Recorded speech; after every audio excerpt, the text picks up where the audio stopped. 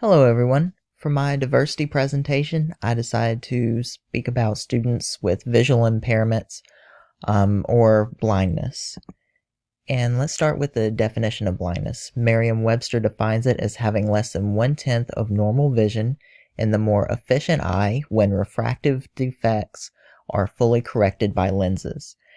This contradicts possibly a common stereotype that blindness is associated with people who cannot see at all.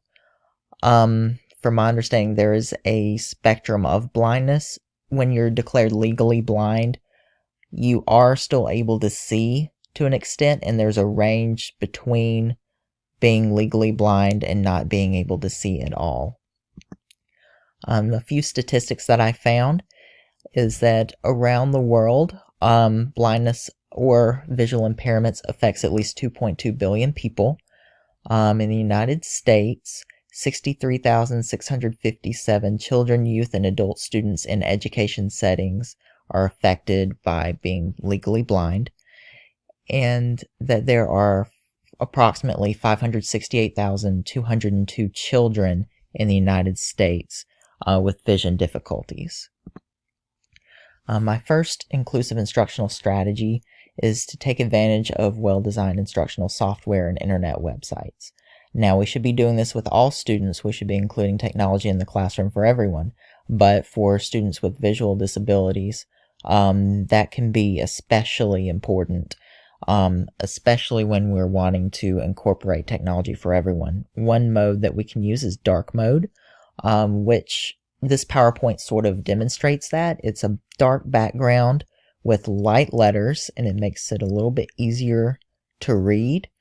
We can also have larger font, and if there are larger texts, we could make it a little easier by providing audio recordings and a couple of softwares that we can put on computers, one being ZoomText, and that software is where you can zoom in on anything on your computer, and it makes it larger. And another is Dragon, which is speech software where you can talk to your computer and it can perform different commands. My next instructional strategy is to have students identify some of their own goals for instruction.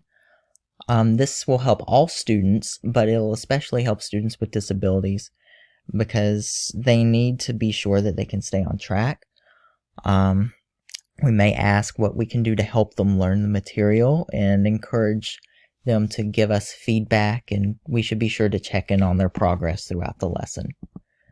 My third instructional strategy is to ask a lot of questions. Whole group instruction is my main thought on this, just because it ensures the entire class is on track, but it also ensures that they're on track.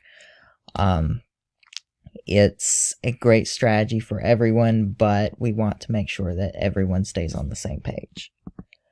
My fourth inclusive instructional strategy is cooperative learning.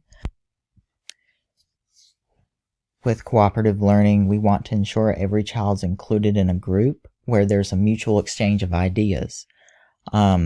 With this, as an instructor, we want to be sure that we're attentive to them during the group, that they are being included and that their ideas are being equally shared. And we want to make sure that there are no other materials that they would need to complete the group work. And here are all of my resources for the presentation. I hope you enjoyed my presentation.